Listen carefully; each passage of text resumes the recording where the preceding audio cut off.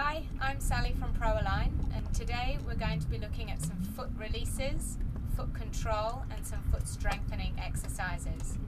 We're going to start off with releases into the underside of the foot. We're going to be working along the plantar surface here, so over the plantar fascia and the deep muscles that sit in the foot. So starting off with a tennis ball, just place the foot on top and we're going to work with melting down onto the undersurface of the foot and then slowly rolling towards the heel. So again, coming back to the toe joints, melting and then dragging towards the heel. We don't want to be rolling backwards and forwards really quickly. You can also rest the ball and use the toes in a flexion extension manner to help stretch the tissue underneath. You could also find a spot and work in more of a shearing action across the foot. We're then going to move the ball to the heel and do a small bouncing action here. This helps draw fluid into that heel fascia and heel fat pad. Once you've released with the ball, you're going to then manually mobilize your foot. So we're going to take the heel, block it with the hand, grab the midfoot and ring it backwards and forwards. So you're helping to rotate the midfoot. So we're grabbing here, not over here near the toes, blocking the heel and ringing the midfoot in and out. Once we've mobilized, we're then going to look at positional placement in standing. So when we're standing, we want the feet to be in a tripod position. So we're looking for midline in the ankle and even weight in the first and fifth toe joint. A lot of us find that our feet roll in like this.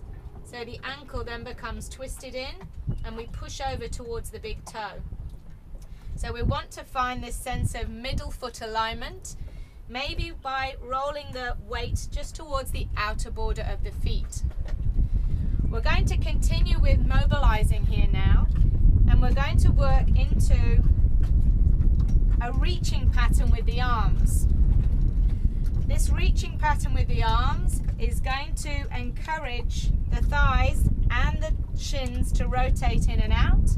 And what we're looking for is the ability to supinate with one foot and pronate with the other. The other thing we want to watch for is the ability to keep the big toes on the floor at all times. So as you rotate over, you don't want to see the foot lift up.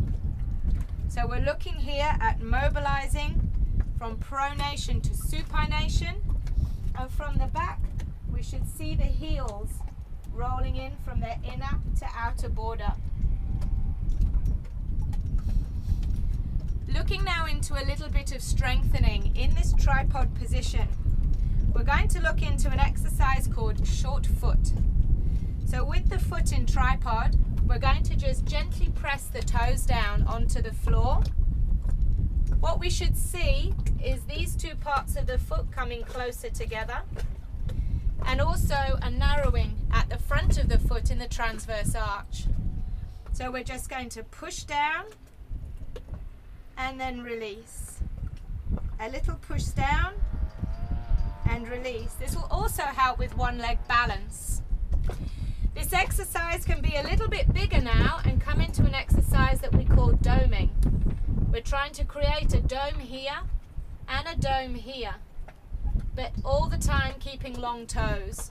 So you want to avoid gripping and crunching, and we're maintaining a big arch. These exercises will help to activate and stimulate the small muscles of the foot, which will help with arch control and foot placement. To finish it off, we're going to be looking at calf releases. So in a standing position, we want to get a good solid calf stretch, and then with the other foot we're going to use that foot to drive into pronation and supination again. So the lead leg is tapping and it's driving the foot to roll in and out. So we're mobilizing the foot and driving the calf around in a rotatory fashion. I hope you enjoy this foot mobility series, and maybe if you can have a go at this procedure of release, align and strengthen,